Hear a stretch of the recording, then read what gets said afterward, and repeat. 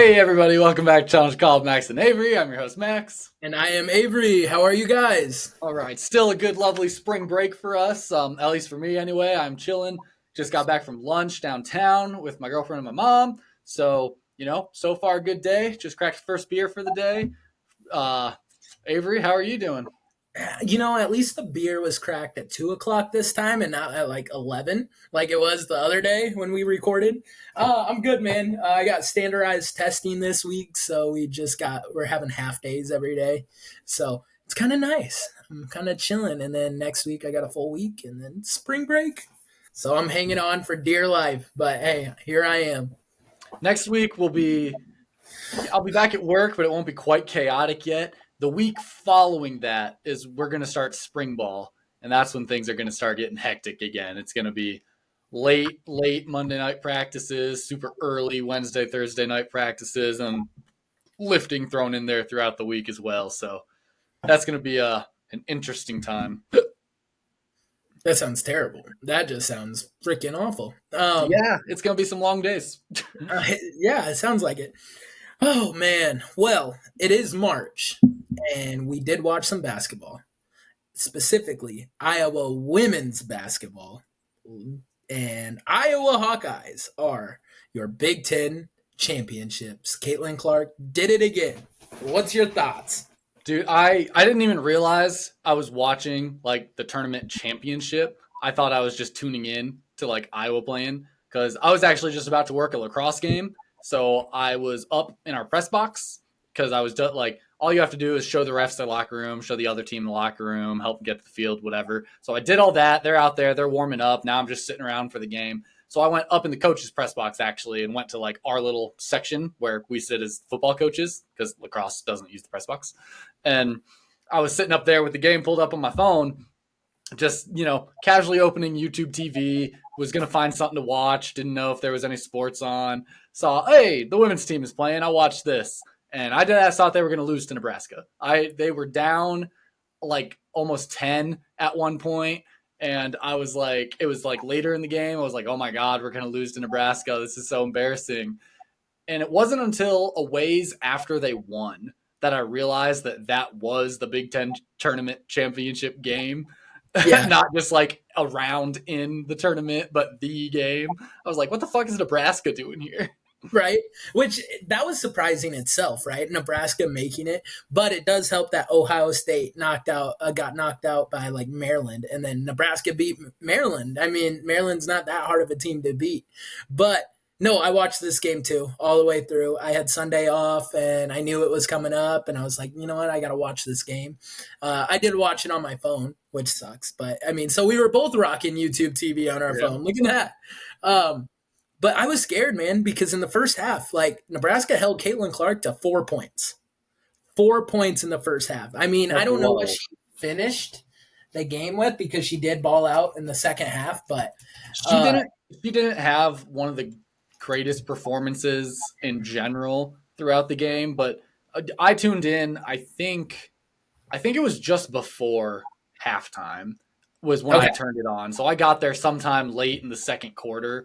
And just what I noticed at some point through the third is I was very concerned because we were only down 7 or 8-ish points, which you're like, okay, the girls have this. It's Iowa. Like Caitlin Clark is Caitlin Clark. They're going to dominate. But I was worried because things were not going their way. They were just going like downhill for a little chunk there, and it did not look good. Like they were racking up a couple fouls. Nebraska was on like a 6-0 drive on them, and I was getting real nervous about where their next basket was coming in. Yeah. So 4 points in the first half, but do you know what she finished the game with? I'm going to guess it's got to be in the 20s. 34. 34. Oh. There's a reason Iowa came back and won after being down like 10, 12 in this game is because she did it again. Like she came out and she balled out, and here we are. We're Big Ten champions. Her accolades at Iowa are nuts. 3-time Big Ten champions, like player of the year twice, all-time scoring women's record, all-time scoring record in general.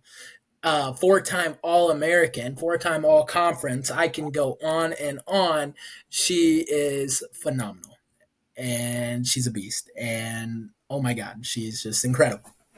Yeah, I'm curious to see how March Madness goes for her and what route they have to take Yeah, because they're going to face LSU at some. Well, we don't know that for sure, but you can assume that at some point, like we're coming across LSU again, and potentially South Carolina again as well. Um, and that's yeah, a little nerve wracking. South Carolina doesn't worry me too much because they lost. Or no, they didn't lose anybody, but or did Aaliyah Boston graduate already? yeah. She She did, but So she's gone. yeah, she's gone. But did you see like the scuffle between South Carolina and Dude, yeah. LSU? I, Oh I my, was just gonna bring yeah, that everybody but five players on each side got ejected. that's insane. That is insane. They've had both had to play with five players for like half of the second, like half of the fourth quarter, Yeah. and it's just like crazy. And the craziest part, one of their star players for South Carolina, I can't remember her name, but her brother literally jumped in and was gonna protect his sister, and I'm just like, he got arrested, of course, but Yeah. holy crap, dude! Like I mean, that's I can get that from a brother stick because what yeah, happened was fucking I forget which team was which, but somebody like grabbed a player and like tossed them slash pushed them, whatever. And then another player came to defend and like pushed that girl back. And then a girl straight hit the floor from a third player being like, nah, boom, just like absolutely plopped her down on the floor. And that's when it broke loose. Everyone was just fucking everywhere. dude, it was so chaotic. But no, South Carolina and I think like four South Carolina members are suspended for the first game Yeah. of March Madness. Yeah. So it's going to be interesting to see like what that South Carolina team still looks like when your four like starters are actually out. Which I mean, they're going to be playing a 16th seed, so like they're That's still the probably going to thing. win by like That 15. that's the thing is they're going to be against a very weak opponent. But I mean, how many times have we watched a 16, 15, 14 seed go on to like the Elite 8 or the Sweet 16 or something fantastic? I mean, Fairleigh Dickinson last year in the men's Yeah. tournament was fucking killing it. So who Mhm. knows?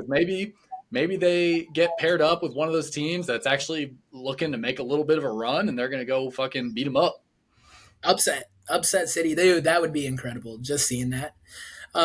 But yeah, that's the women's. Like the women's are officially done. Men's Iowa, they kind of choked against Illinois, and the thing is, there it's 22% shot at making March Madness now. So I don't think Iowa men's is going. We're probably going to be one of the best teams in the NIT. Yeah. Unless they win the Big Ten men's tournament, that'll be starting here soon tonight. Starts tonight. Unless they win the Big Ten men's tournament, yeah, I don't like their chances. I could see if they go to the championship and they lose, they still got like a Sure, shot because like sure. then they would have like some good tier wins and quadrant. Like Well, they would, because you're thinking they'd have to go through um, some pretty good teams to yeah. What's get Iowa even just to the championship. and They then have the big? bracket out. They play Ohio State first. Yeah. Iowa's Big Ten men's tournament. What does this bracket look like? So I'm pulling it up right now. We got Iowa versus Ohio State, and the winner of that game will play Illinois. Okay. So yeah, even if we just get by Illinois, then you're sitting pretty good. If we beat Illinois in this tournament and go on to the semifinals, even like that's a good solid win against a good team. Well, and it's very real. Like I think there's a real possibility that we beat Ohio State. I don't know so much Illinois. They swept us both times we played them this year. But if it's hard to beat a team three times in a row, Yeah, right? I We've mean, look talked at about or not last year, but 2 years ago with Purdue. We yeah. lost to Purdue twice in a row and fucking came out and won the tournament championship against them. So But and then we'd probably play Nebraska, and guess what? Nebraska, like we split with Nebraska this year, so I think we could beat Nebraska, and then we would be in the championship probably against a Purdue. And if we could pull it off against Purdue, then we're automatically in. But if we oh yeah, could even like keep it close with Purdue, I think we're in at that point. if we just competed with Purdue at all, then yeah, I think we could at least squeak in at a 16th spot. Like, come on, Or a 15, yeah, or even 15, play 16. it. Even if we Yeah. had to play in, like, Which I still like. At the end of the day, though, I still don't think we would make any noise in March Madness this year. No, But no, I'm sure we wouldn't. it would be nice to kind of make it. Speaking of a team that almost made it, is my Omaha Mavericks. They were one game away from the championship game. Their first round game, they played North Dakota. They were the sixth seed. North Dakota was the third seed. They won 73-72. This game was incredible. I watched this whole thing. We were down by 10 points with a minute 42 left in the game. And we stormed back and won 73-72. And it was just really cool to see, just witnessing that as like a actual, truly like a Omaha fan, and me being a student there. I'm gonna be alumni, blah blah blah. Like, it's really cool to have that pride for your school. And then we played Denver University, what we were talking about last podcast, because Denver University beat Kansas City, the second seed, and that game was fucking close, dude. The whole game. I think UNO led by like 7 points at one point, but like it was never more than a 7 point margin. And it was just incredible to watch. And it also came down the last 25 seconds. At one point, it was 62-63, and UNO was like 1 point away from like taking the lead. There was a turnover. They drove down, hit both their field goals, our free throws, and yeah, but it sucks that we ended up losing. But it's pretty impressive. A team that went 9-23 last year, from being one game away from the championship, and the year prior they were 3 and something. That Which is impressive, just to be able to turn things around in such a spectacular fashion. But yeah, not an alum from DU or anything, but like, supporter of all my Colorado people out there. So I was happy pulling out the win. Unfortunately, they did not continue that winning streak as they lost it to South South Dakota Dakota. State. South Dakota State in the championship game, which, man, I don't know the score of that game. I could figure it out, but Yeah, it was. I'm hoping it was close because, I mean, not that I really have no ties to DU. I'm not sure why I would, but just it's Denver, and I like Denver, so I fuck with it. 76-68. So Not not bad. like eight Not point bad. game. Yeah, 8 point game. It wasn't a terrible game. I didn't watch it after UNO kind of lost. I was devastated. I'm like, I'm Yeah. not watching this. I don't want to watch this. But oh well, there's always next year. I mean, for both those schools, I think like UNO kind of made a name for themselves this year. And I think Denver University, they're always kind of there at the top of the Summit League. So Yeah. But speaking of alma maters, I'm trying to figure out where UNC, that is University of Northern Colorado, not North Carolina. I'm trying to figure out where they went in their well, tournament. I'm yeah, looking at the bracket, but it's just an empty bracket. It's not like it doesn't show the results yet. well, when you're looking for that, there is one Iowa school that did clinch March Madness already this year, and it was the Drake Bulldogs. They won the Missouri Valley Conference. Once again, Drake is going to the dance, and they just got this really good program going right now. Like, they've been balling out. They did beat Indiana State with Kareem Abdul-Jabbar, but they did beat Indiana State. So Drake is going to the dance once again. Hey, at least we'll have one Iowa team there, right? Iowa State will be there too. They're like one of the best teams in the country. So Are they? Did they yeah, win? Or they haven't played probably yet, have they? they're like the second seed in the Big 10 or Big 12 championship. Gotcha. So they'll probably be in. But did you find where UNC finished? UNC, I'm just on their schedule. Looks like they lost in the first round to Idaho State, Nice. who's ranked number 8 in the country, I guess. Yeah. Yeah. So I can respect that loss. I'm guessing Idaho State probably pulled it off from that conference altogether. The conference championship is actually later today, so it's not Nice. totally done yet. But I'm just looking at UNC's schedule, so I don't know how everybody else is doing and where they're at and whatnot. All I know is that UNC lost by 9. That's not terrible 7. against the 8 seed. 7. 7 Okay. points. Yeah, that's not terrible against like the 7th team in the country or the 18th in the country. Not at all. But we will have more of this next week when finally the conference championships will be over. We'll be able to actually sit down and look at the brackets, and we'll be like, all right, this is the team we want to win. Yeah, I am excited for it. But should we move into some football? Is it football time? Yeah, flow zone? Flow zone. All Flow right, zone. so it's time for me and Avery to flow through some football a little bit. You guys know the deal. If you watched last week's episode, we're just going to kind of start talking. This time is going to be a little more organized as we do have a list here in front of us, but it's just so we can remember certain things and we don't leave anybody out. But we are going to be talking about some of the trade movements and the free agencies that have happened within the NFL as of recently. So we'll go ahead and start up with some of our trades here. Avery, you want to start us off on our Yeah. direct trades? So the first one that kicked off free agency was Mac Jones getting traded from the New England Patriots to the Jacksonville Jaguars. What are your like first like initial reactions to this trade?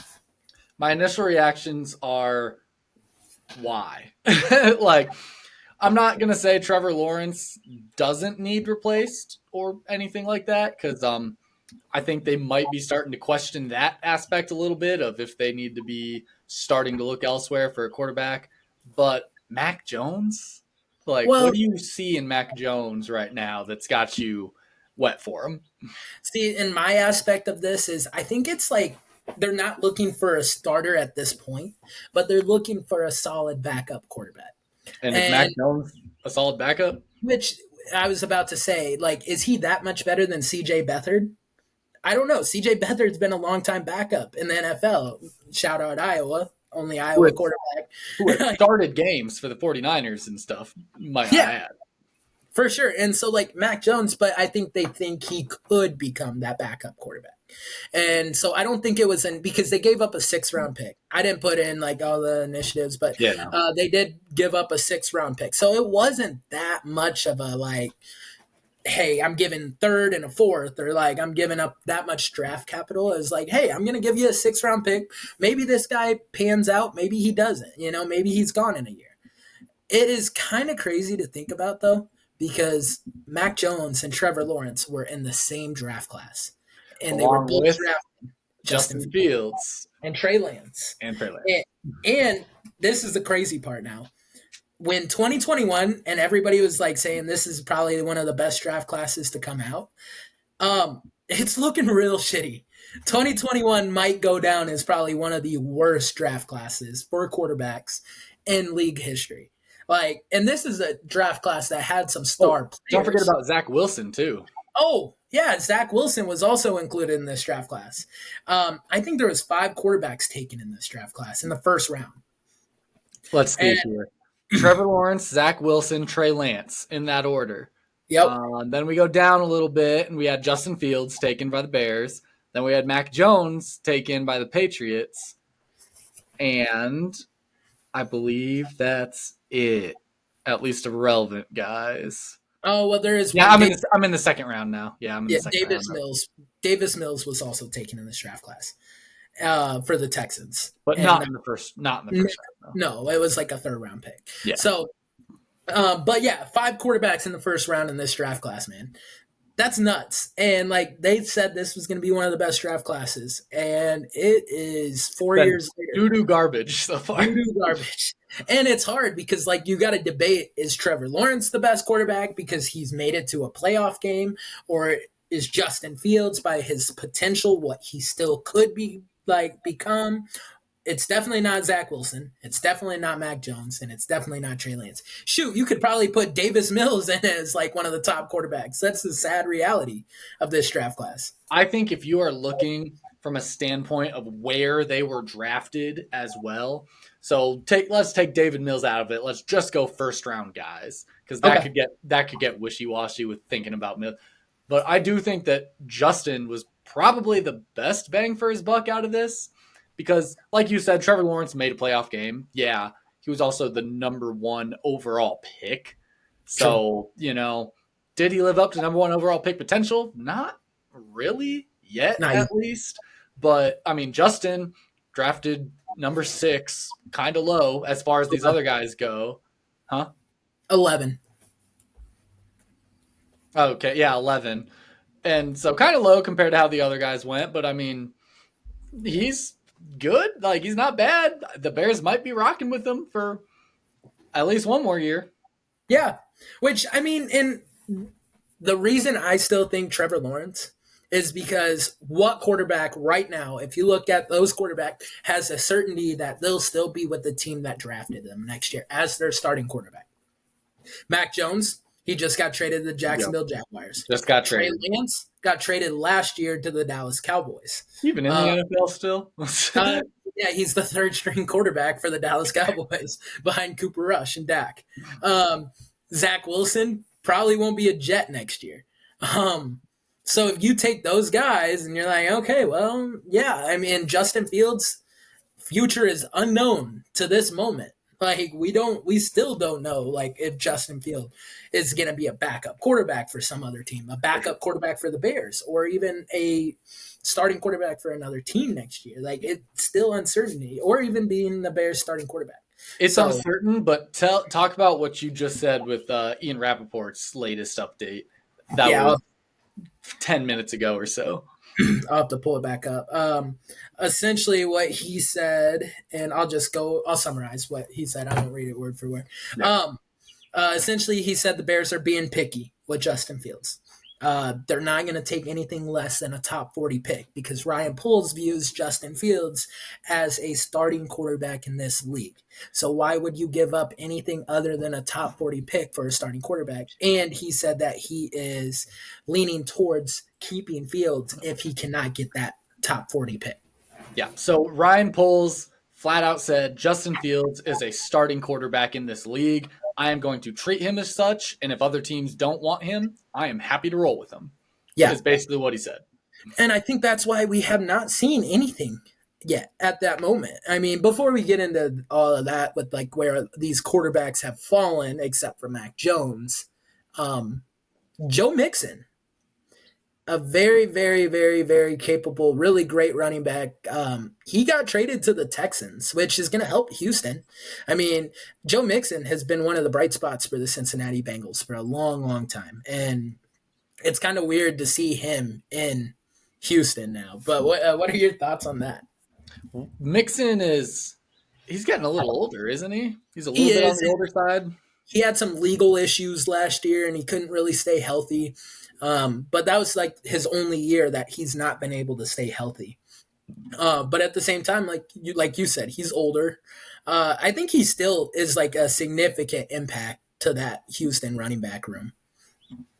Is he what did he get traded for? Like what else was a part of this deal?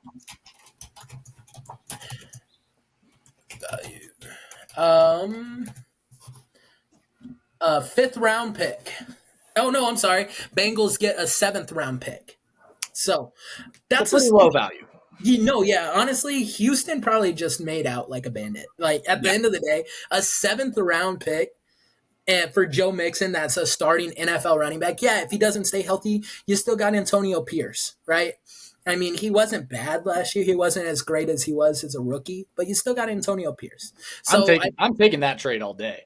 yeah, Fucking 100%. guy you know can get the job done in the league already versus seventh round. Like, what's a seventh round pick other than just fuck it, take somebody, right? Like, Right.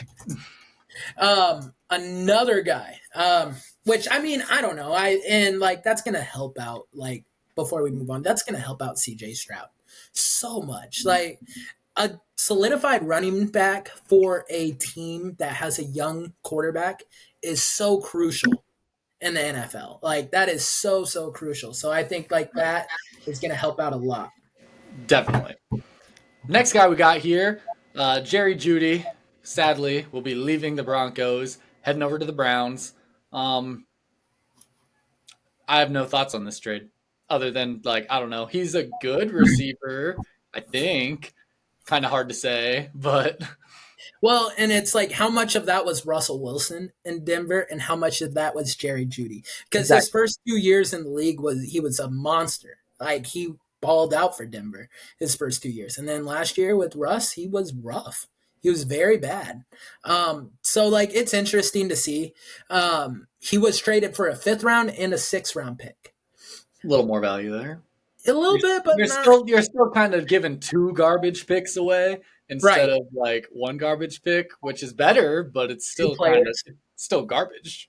you know, Mhm. like unless it's the top 3 rounds in my head, like you're not getting traded for shit. Yeah. But at the end of the day, for some reason, the Browns always trade for these like disgruntled, like didn't do well guys the year prior, especially at the receiver position, and they always kind of work out for the Browns. Like look at Amari Cooper.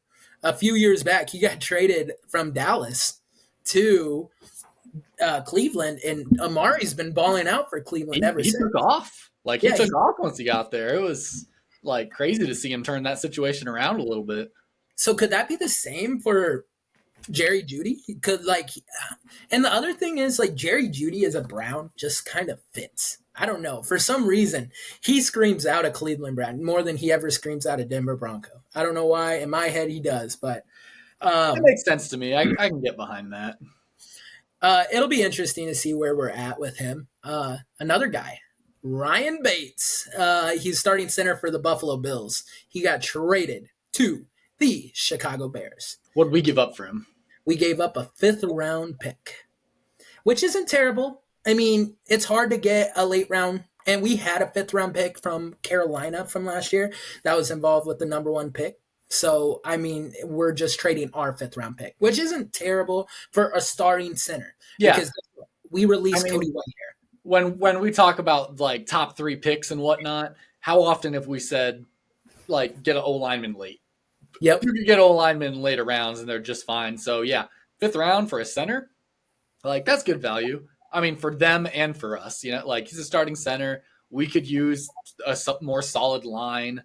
Our line is probably one of the weaker aspects of the offense right now in Chicago. So yeah, beef the lineup all means we can. Is he? You think he's going to be starting for Chicago next year, or do you think we're still going to have,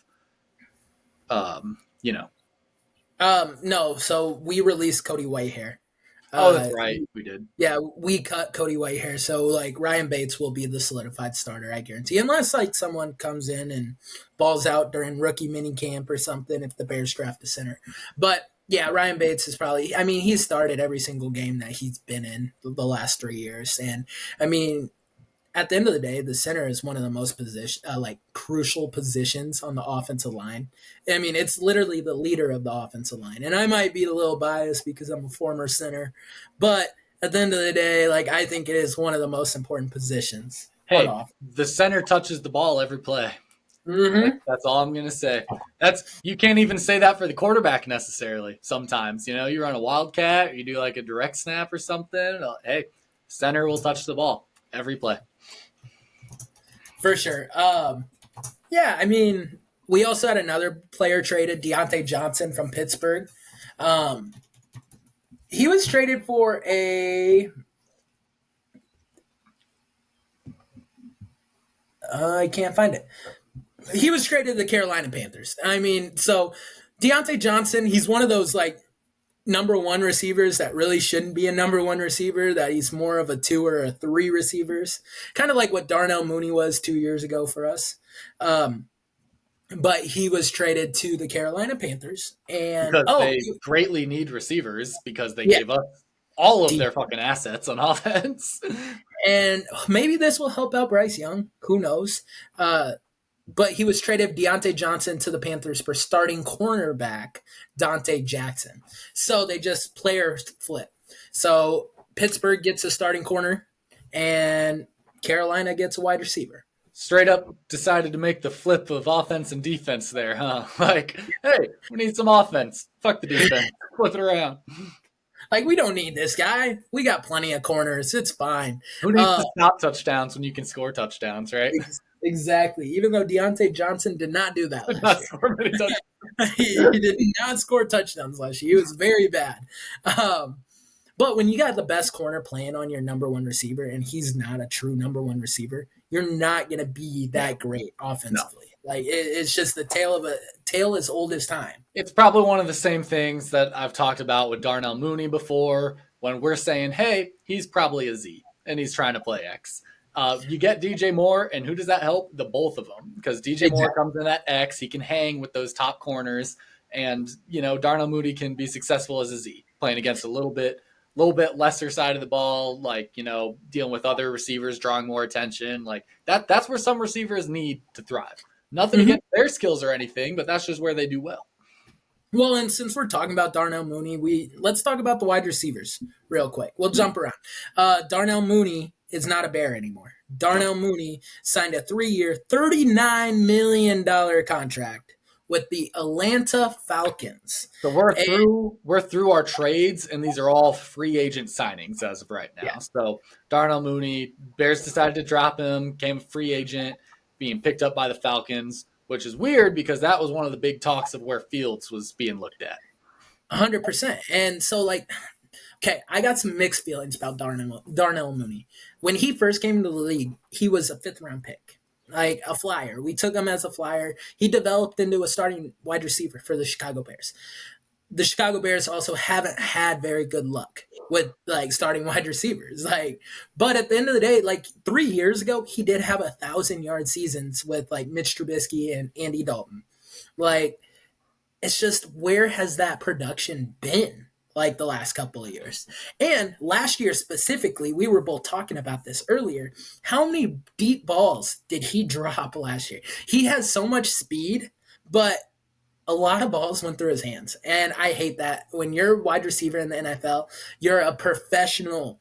Like, that's me being a teacher and being like, I'm not going to grade papers. Like, that's part of the job, dude. Like, what do you mean? I'm That is, sorry. you have one job in the NFL as a receiver, and that is to catch balls. And if you don't catch balls, then why are you an NFL receiver? That is your one job. And most of them were on deep balls, right? And do you know who was the eighth ranked quarterback in deep ball accuracy last year? Fields. Justin Fields. So, like, it wasn't that the ball was not on the money. It was.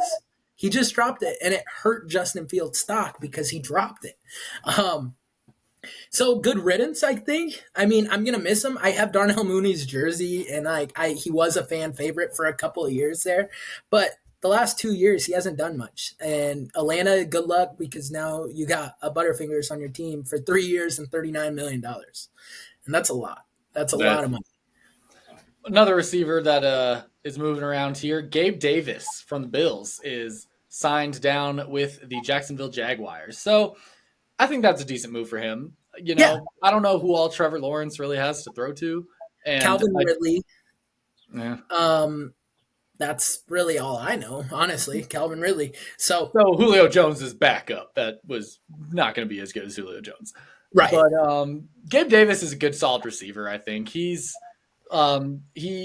isn't the best on the Bills. Obviously, they've got Stephon Diggs and they've got somebody else. I think was above they him. got a couple good tight ends with Dawson Sure. Knox, and they have I forgot his name, but the Bills have a good receiving core and tight end core, and Yeah. so like with Davis leaving, dude, like to be honest, like Gabe Davis is a better version of Darnell Mooney.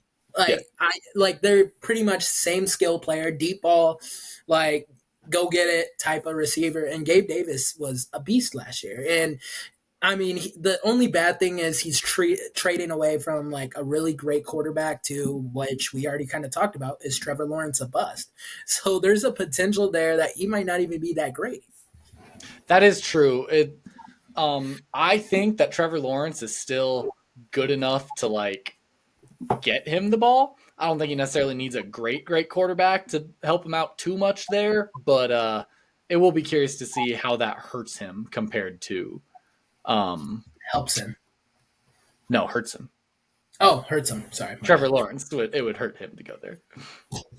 Um, yeah, so I'm excited to see. I mean, Gabe Davis to the Jags. I mean, I don't know. That's interesting, I guess.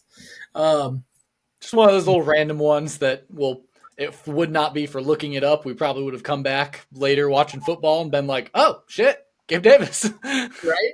All right. Before we continue, guys, we are going to take a 2-minute break.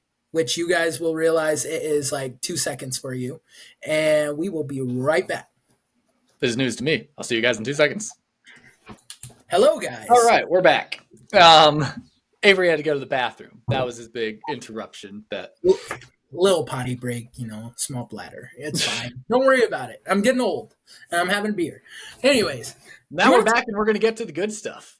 So, let's do that being quarterbacks. dun, Who dun, doesn't love talking dun. about some quarterbacks? First one we got, most important movement, one that I believe you said would change the landscape of everything for the quarterbacks. Kirk Cousins is leaving the Vikings and he is going to the Falcons. So, as we just said with Darnell Mooney going to the Falcons, no worries about Justin Fields getting taken there or traded down there anymore because they got Kirk Cousins. What do they need Fields for? That's insane to me. Kirk, and it did change the aspect of the quarterbacks. There's so many quarterbacks that have moved, and that's also another team and another player that we were waiting as a domino to fall to see if Justin Fields would be moved. So it's not just impacting like free agency in general; it's impacting the trade market. Kirk Cousins is a top 10 on his best day, a top 5 quarterback. Call me crazy, but he is. The way he produces in the regular season, he has won a couple of playoff games. He's never won the big one, but he puts up 4,000 yards every single year and over 30 touchdowns. And him going to the Atlanta Falcons is going to be huge. Yeah, he just came off an ACL tear, right? It's 2024. I mean, medicine is insane at this point. The body improvement is just going to go like astronomical, and he's going to be a very, very, very great quarterback for the Atlanta Falcons. And it's important because they have so many playmakers down in Atlanta. So it is going to change the dynamic. What did we say last year? Atlanta was one quarterback away. They got that quarterback. So they just got that quarterback. Kirk Cousins is a very solid quarterback. And do you think he fits in Atlanta? Like, can you picture him in Atlanta? Not the culture as so No. much, but his wife is from Atlanta. They have 3 young kids. So I understand the dynamic of wanting to go down there. Grandparents, I understand how crucial grandparents can be raising a kid. I lean on Liz's a lot. So I understand that dynamic, especially him being an NFL quarterback. He's busier than probably both of us combined, and that's saying Yeah. something because we're pretty fucking busy people. Um, so no, I understand the family dynamic, but the culture and scream out Atlanta Falcon, Kirk Cousins, it doesn't. But I it don't does. see him. I don't see It him as does. a Falcon at all. I You can't. know why? I don't see it. I compare him to Matt Ryan in Matt Ryan's prime. And Matt Ryan, what team did he play for? Atlanta Falcons. And so that's what Matt Ryan when he was in his prime, he played pretty much just like Kirk Cousins. And did Matt Ryan go to a Super Bowl? He did. And so, I think Kirk Cousins has that capability with Drake London, Bijan Robinson, Kyle Pitts, that defense. I think the Falcons have a really good shot to be in contenders next year. They will definitely do nothing but improve based off of Oh, this pickup alone. Like this is. I don't know how crazy I'm gonna say they're about to pop off, but I mean, in the next couple years at least, you got to think they're going to be rolling into the playoffs. Oh, 100%. And that's what Kirk Cousins did with Minnesota too. Kirk Cousins came in from Washington, and who's been in the playoffs at least half of the time Kirk's been there? Minnesota. Kirk Cousins is a winner in the NFL. And I mean, yeah, he hasn't won the big one, but he's a winner. And like I said, it changed the dynamic of this quarterback because we have 5 quarterback, well, more than 5, but 5 starting quarterbacks that have switched teams at this point moving forward. I'm just going to rattle them off and we can go with what we want to go with. But Sam Darnold, he was back up for the San Francisco 49ers last year. He was a good, decent-ish quarterback for the Jets, never really latched on, but he did okay for the 49ers. He signed a 1-year deal as a prove-it deal with the Vikings to replace Kirk Cousins. You got Jacoby Brissett. He went to New England right after it, but the big name himself is Russell Wilson, a Pittsburgh Steeler, which is very, very interesting because I never thought I would see Russ in black and gold. What are your thoughts on Russ? He was your second favorite team's quarterback He last year. was my second favorite team's quarterback last year, and he did do nothing for them. which is surprising from a man who won the Super Bowl in a previous life. Yeah. So I don't know how that goes. I don't know how that works. Like, is Russ a problem? Is the Broncos organization a problem? Who knows? We'll see how he does in Pittsburgh. I did see a video. I saw a TikTok about this. It was making fun of his whole like Broncos country, let's ride bullshit that he was at. It was him like introducing himself with the Steelers or something. He's like Pittsburgh country, let's steal, or Steelers nation, let's steal. And they're like, Russ, don't say that. Just introduce yourself. All right, hey, it's Mister Unlimited here. Russ, what is that? What are you like? It was just, it was so funny to watch. Okay, I don't really like Russell Wilson, but he's funny to laugh at. He's a goofy ass dude. He is like a dude that just like he stood on a flight one time, just fucking stood there and like paced or something. Yeah, to like keep his blood flowing. Like he's just a weird fucking guy. The dynamic between Mike Tomlin and Russell Wilson is going to be like just incredible. Like you think Sean Payton and Russell Wilson was funny? Next year, like Mike Tomlin and Russ is just going to be phenomenal because like Mike Tomlin, he's a player's coach, but at the same time, he's like all business all the time.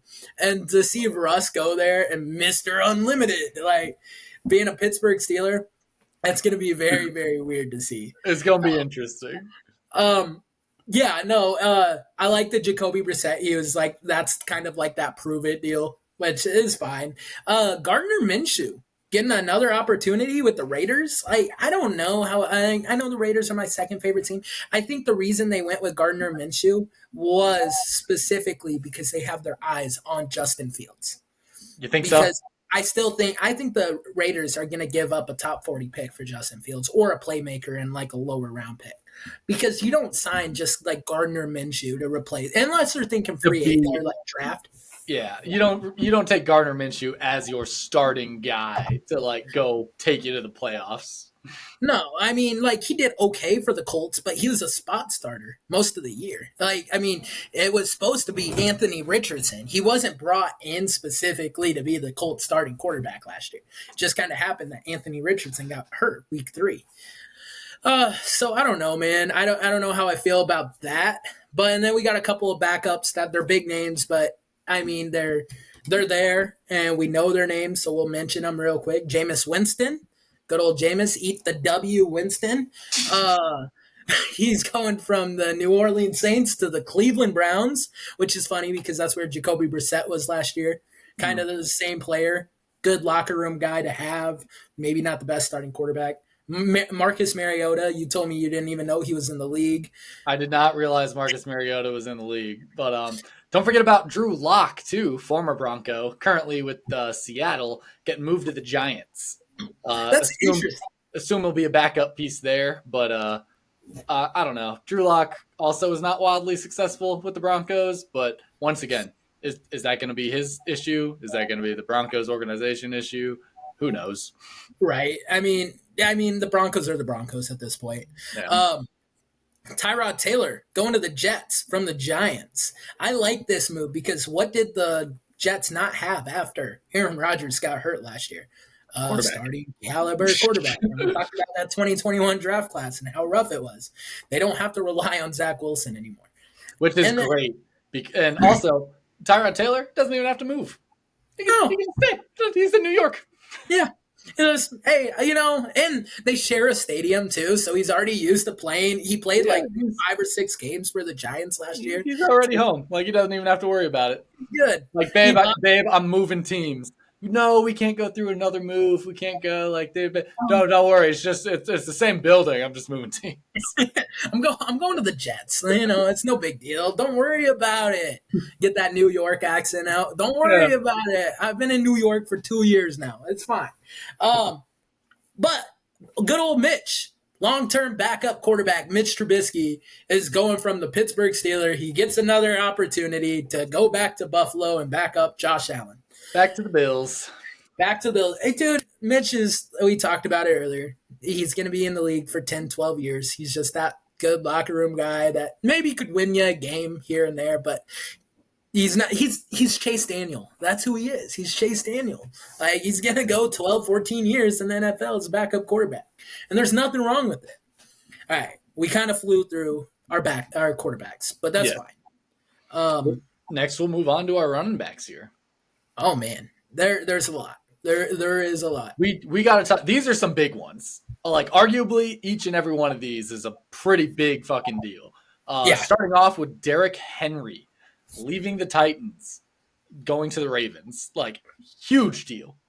I love it. Well, of course, the reason we are starting with Derrick Henry, we got to start with the king, right? King Henry. We have to start with the king. And Derrick Henry, man, is just a phenomenal talent. And him joining a phenomenal running game in Baltimore, that's scary. Okay, think about the two-headed monster you have now on the Ravens. Not with like any running backs per se, though you do have a couple of solid ones. But Derrick Henry and Lamar Jackson, like who the fuck's getting the ball, and what the fuck do you have to be concerned about? Because Lamar Jackson isn't necessarily going to run you over, He'll but run. he's gonna duke you out. To stop Lamar Jackson, you need fast, quick guys on the field. To stop Derrick Henry, you need like big sluggers on the field. How are you going to stop both of them when they're staring at you like, you want this or should I? You take it. Dude, I'm so like excited to like. I'm excited to play with the Ravens and Madden. I'm not gonna lie. That's what I'm most excited about. Not even like watching them, anything, just playing with them in Madden. Because Derrick Henry and Lamar on the same team, I never thought it would happen. Like that's like just like a combo that you never would think would happen. I really Lamar's never thought about him leaving Tennessee in the first honestly, place. honestly, and like you got to be a pretty damn good running back to replace him. Which I mean, the next guy we're probably going to talk about, he's decent. He's not big, but he's decent. I think he's Um, pretty solid. Tony Uh, Pollard. yeah, I think he's a pretty solid running. I mean, maybe I'm just having like Ezekiel Elliott bias from how bad he was becoming on the Cowboys, and the Cowboys just consistently kept sticking with him. I And know. I would do nothing but bitch about how Pollard was better, and Pollard should be getting more carries, and how he should be their main guy. So I think Tony Pollard's a pretty solid fucking running back. And I don't mind it, right? Like I don't mind Tony Pollard going, but it's just going to be so weird because you're used to that power run team in Tennessee, right? And Tony Pollard is not a power run guy. He's more of a slot back. He's more of an Austin Eckler type. He's more of that type of running back, DeAndre Swift. Um, he's more of those type of running backs than he is a power guy. And Well, so maybe like that's what Tennessee needs to do to actually, I don't know, and win a few more games. And that's fair. I mean, Derrick Henry, like we'll go back to him for a little bit. Derrick Henry, he is getting old. So like we'll see what he does in Baltimore. But Tony Pollard, he's young. He's young, he's a big name. And you when you're replacing a king, you have to bring in someone that can handle that. That you can't bring in a rookie running back. No, Like, no, there's no way you could have drafted a fourth round guy and be like, "You're our new starting running back. You got to replace King Henry." yeah. There's no way. He's like a first ballot Hall of Famer. So Tony Pollard, I think he is up to the challenge. Like, I definitely think he's got that potential. I Um, think Pollard will be absolutely fine in Tennessee. I don't see any. It's obviously going to be a different style of running back than they're used right. to kind of going against and whatnot. But at the same time, he brings in a different element. Like, True. sure, Tennessee is big power, ground and pound, like run you over. But I mean, when was the last time they made the playoffs with that? Did they even make it this year? I like. Well, and dude, honestly, with Tennessee too, it's a changing of the guard. They fired Yeah, Mike Vrabel. Uh, Ryan Tannehill's not there as their starting quarterback. It's Will Levis. I mean, so this is the perfect time to transition away from King Henry. Like yeah. it does make sense in a way because of that aspect. And so bring in Tony Pollard. Like he needs a fresh start too. Dallas drains people. Like Dallas is a terrible team. Sorry, I think they're You going to be very bad next year. sorry, Phil, but well, Phil's not a Dallas fan anymore, is he? But Yeah, he's they fan. they give so much hope and do so good like for a while and then just fucking die at the end. So it's like it's a great place to be, but it's also a horrible place to be. It's good for half the season. But like, dude, how do you lose like 30 what was it to the Packers in the playoffs? It was Dude, it was too much. it was bad. It was like 48 to like 24 and I'm just like you guys were literally one of the best teams in the regular season. 48 to 32, but And it wasn't No, close. Dallas scored 16 points in the fourth quarter to Yeah, get there that. you go. Half of their points in the fourth quarter to get that. Terrible, dude.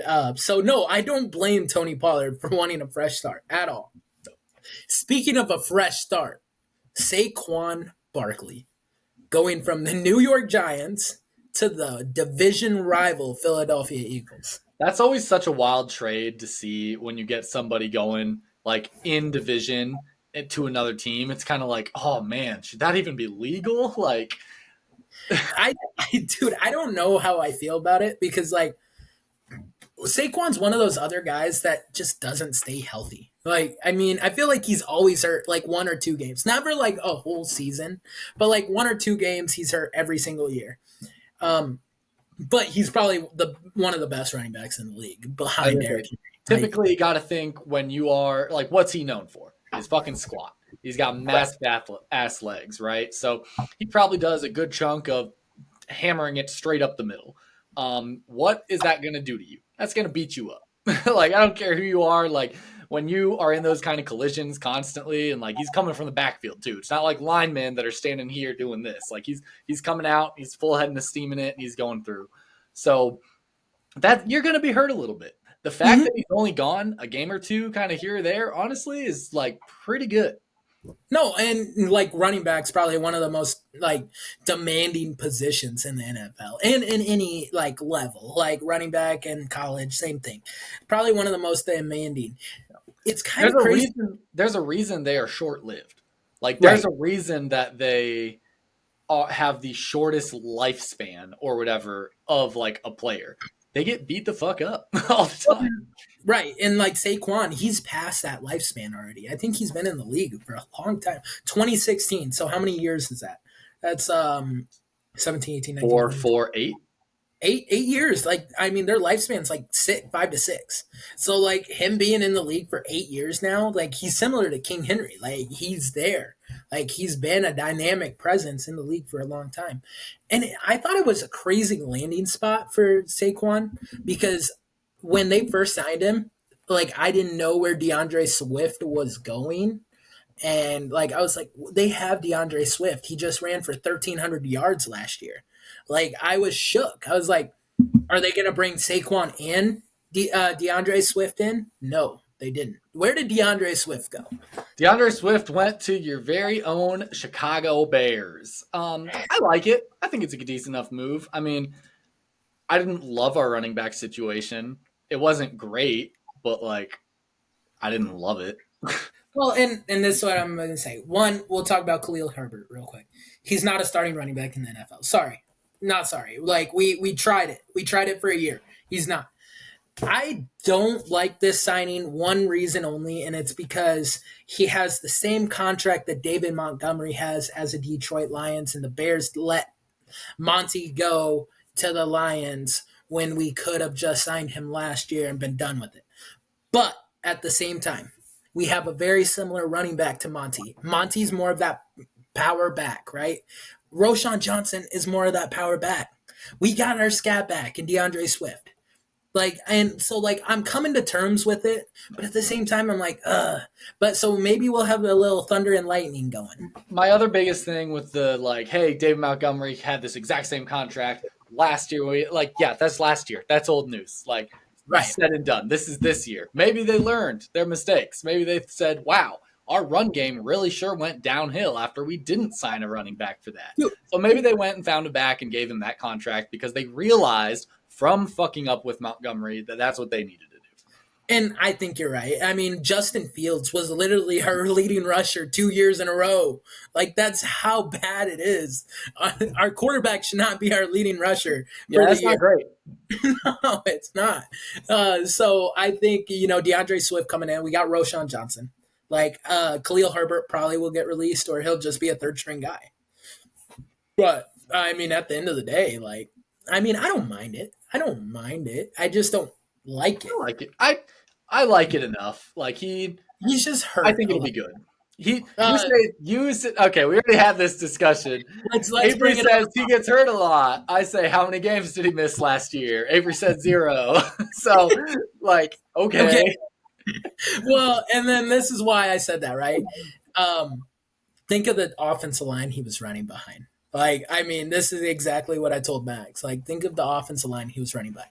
He was running behind the Philadelphia Eagles. Like, they're one of the best offensive lines in the NFL right You now. know, to And which so, to which my response was, after watching his highlights, I watched him make a lot of collisions him to himself, and he stayed on his feet and he kept going. And not only which is that, but same with the injury comment. Look at the O line he was behind. Like, true. yeah, he got, like we said, running backs get beat up, right? He was behind a very, very poor Detroit Lions offensive line that just let him get beat the fuck up. So you're going to get hurt when that happens. You go behind an Eagles line, you get a little bit of protection, and look what 1,300. he did this season. Yeah. So, like, the question of the matter, I guess, right now is where did the Bears O line stand? Well, and we made a move, right? Ryan Pates. Like, that was our first move. I mean, we got our awesome left tackle. I forgot it. Darnell Wright. Like, so we're making moves. We're making strides. Like, we're trying. We're going. But he's still, at the end of the day, he's still a scat back. And I'm okay with that. Like, I'm okay with that. I like scat backs. Speaking of one of the best scat backs in the NFL, Austin Eckler. I like Austin Eckler, and I think I would have been even happier than DeAndre Swift as Austin Eckler. But he went to the Commanders. Interesting, very interesting. I don't know. The Commanders don't really scream out a good team to go to, but No, I would have liked Eckler more than I like Swift. I will give you that one. That I would approve of that decision much more. But yeah, going to the Commanders is kind of like a, oh man, sorry, did you not get a choice, or like, you know what it was? He followed the money, yeah, and the Commanders are like, we need a running back. Let's go get because Eckler's not the best running back in the free agency, but he's probably not even the second best. I think the best is probably Saquon. The yep, second is King Henry, and then yep. you go the third Eckler, right? Eckler's probably the third over Tony Pollard or Josh Jacobs, which we'll mention next. But no, yeah, I think he followed the money because he got a 2-year, $24 million contract. So he got paid like Swift got a 3-year, $24 million. So Eckler got a 2-year, 24. So like he's just following the bread. You know, he's like, I've spent my whole career in LA. I got to go get paid somewhere. I don't care about winning. And who knows? Maybe the Commanders will be all right. They do have the number 2 overall pick. They could easily take a quarterback, Jaden Yeah, Daniels, perhaps, Caleb Williams. if he's around at number 2. I'm hoping. But I mean, that doesn't mean we have to pick number 1. We can still give up number. But yeah, regardless, who knows what the Commanders will be like? It just at the moment, it definitely doesn't seem like a great place to go. But as we just said, running backs have such a short lifespan in the NFL that you got to get your money when you can get it. So Oh, props 100%. props to him for getting his fucking money. But Right. last couple we'll talk about here. We'll talk about some Packers moves here. So Aaron Jones, he might arguably be one of those top 3 guys you're overlooking a little bit. I know we hate the Packers, but I've always had Aaron Jones as a fantasy player on my team, and outside of last year with some injuries, the man does pretty fucking good.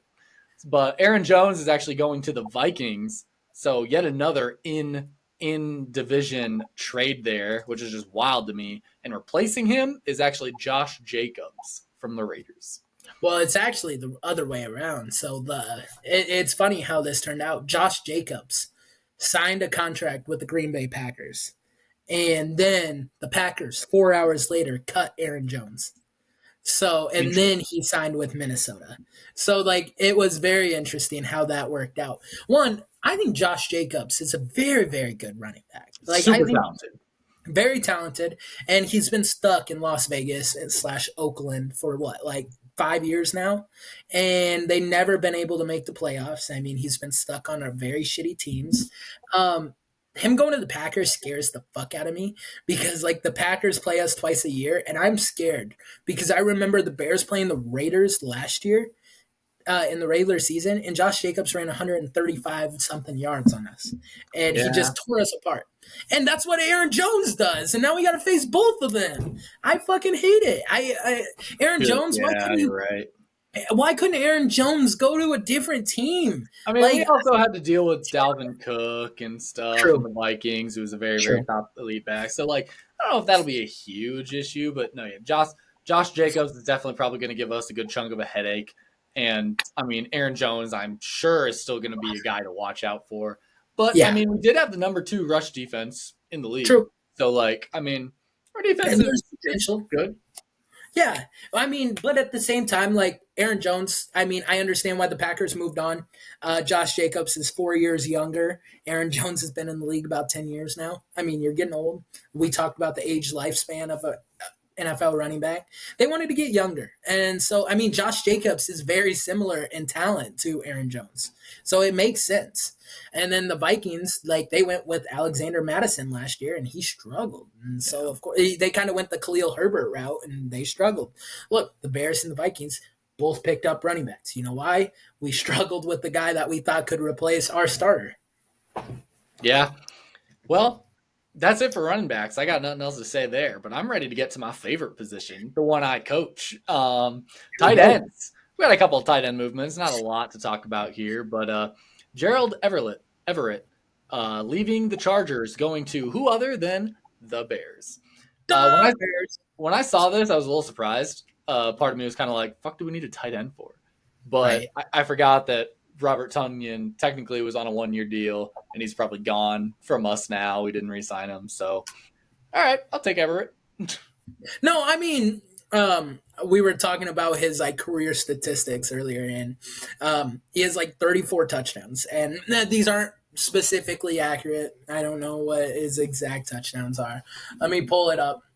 Uh, I got it. But anyway, just get to the main. How many he, receptions did he have dude, roughly? he scores touchdowns like no other. I mean, he's a very amazing like red zone athlete, and I think he's gonna help out Chicago very, very, very, very well. So I'm excited to have him as a Chicago Bear. Um, yeah, I mean we do run a lot of two tight end sets, so I think that's like gonna help out a lot with Cole Komet. I love me a good 2 tight end set. 12 Um, personnel. I guess it's not as like what I thought it was. So he has 284 receptions for 19 touchdowns. So not as crazy as I thought. Man, But someone misinformed you, huh? I just remember hearing Joe Buck talk about it when the Bears played the Chargers when he scored a touchdown on the Bears on that Tyson Bagent blowout game that the Chargers blew us out last year. But anyways, Gerald Everett, beast. He was on my fantasy team for a little bit last year.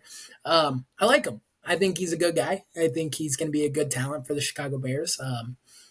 Yeah, I that's all I think really I think he's a solid tight end. I'd be happy to have him. He'll be helpful. He'll be at least as good as Robert Tunyon, if not better. for sure. Yeah. We still got Cole Komet, so we're still rolling. You know, we got our number 1 tight end. Like, we're good. We're good. Also, Jonnu Smith from the Atlanta Falcons to the Miami Dolphins. Interesting move. I mean, with Mike McDaniel's scheme, I think Jonnu Smith will go back to being a prominent tight end. I think he was a very good tight end for the Tennessee Titans. What, a few years back? Who did Um, the Dolphins just have as their tight end? It wasn't mm, Gesicki still, right? no, it was a nobody. I forgot It was his just name. some dude. Yeah, and he didn't do well. I mean, he's Yeah, not here. obviously. And so Johnny's back, and I like Jonnu Smith. I mean, he's not like the best tight end, but he's a top 15 tight end. I think it's so crazy that Atlanta had so much talent last year on their team, and they just didn't utilize it at all. Oh yeah, That's all I really. I don't even know if I could say this name. Durham Smythe was the starting. Durham Smythe. Yeah, Yeah, okay. I don't know. Anyways, Mike McDaniel, he knows how to work a team. So, like, I think he'll have a very good offense. I mean, their defense probably will suck, but they'll have a really good offense, which is fine. Um, you want to move to the defensive side of the ball for a little bit? let's talk a little bit of defense, starting Dun, with dun. some DNs and a former Bear, Leonard Floyd, leaving the I, Rams, going to the 49ers. Um, I yeah, what do you think about it? I like it. I mean, the 49ers, like, they have great defenses, right? He's going to be paired up with Nick Bosa on the other side. I Yeah, mean, it's very similar to like him with Khalil Mack. He had a lot of sacks when Khalil Mack was in Chicago because Leonard Floyd was on the other side. And so like it's going to be very similar to the Nick Bosa, Leonard Floyd. I like it. I mean, I think he's going to shine in San Francisco because of that aspect. Yeah. And speaking of Mac, didn't you say he is also up for grabs or he's in talks of being traded? Yeah, so the Chargers are on a hard reset with Jim Harbaugh being their Chargers head coach. Um, they're wanting to trade Joey Bosa, Khalil Mack. They got rid of Eckler. Like they're hard reset, rebuild Jim Harbaugh's way. So it'll be interesting, man. Let's put him across from Montez Sweat. Honestly, bring him back. Wait, which one? Khalil Mack? Khalil Mack, yes, as Leonard Floyd is currently not available. He's with the 49ers. Yeah. I didn't know, like maybe Joey Bosa. Put Joey Bosa across from Montez Sweat would be just like I would be like a giddy schoolgirl.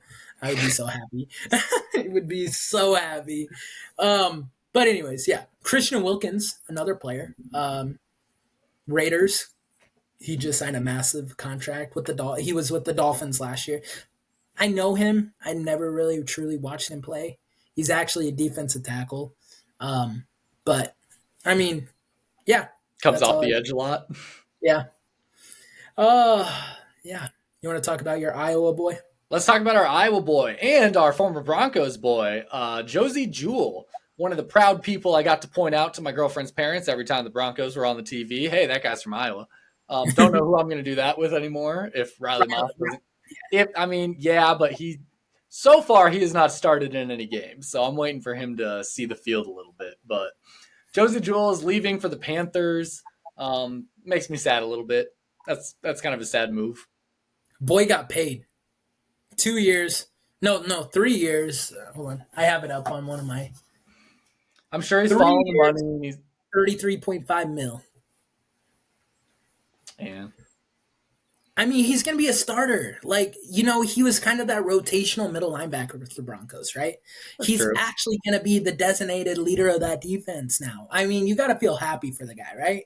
I mean, I that's suppose probably if the Panthers can turn around their shit and like win a few games and be semi-successful, then I'll feel happy for him. But if he's going to go there and they're going to lose 10 games and he's going to hate his life despite getting paid, like, I would have rather him just stay.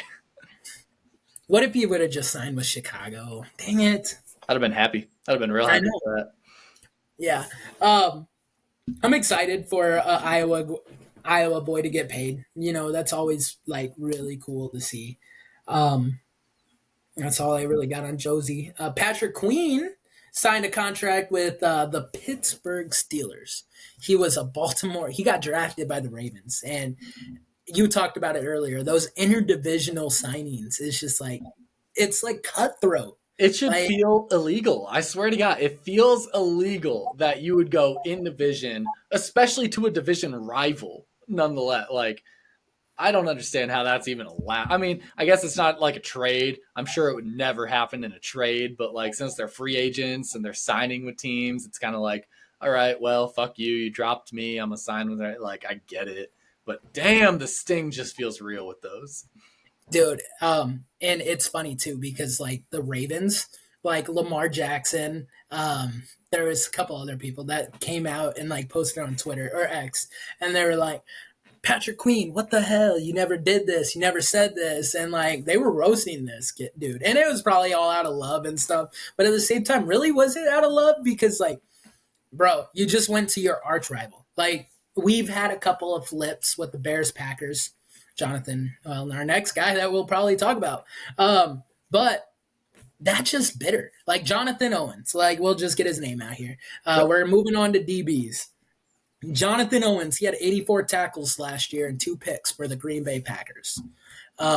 He just signed a contract, 2-year deal with the Chicago Bears. Bears defense is going to be firing on all cylinders once again. So you know who Jonathan Owens is, right? No. So he is the husband of Simone Biles. Oh, that's that motherfucker. That's the dude who fucking laid out fields and there was no flag whatsoever. That was some bullshit. So he is the Chicago. He's now a Chicago Bear. So That's gonna be an it's not awkward. bullshit.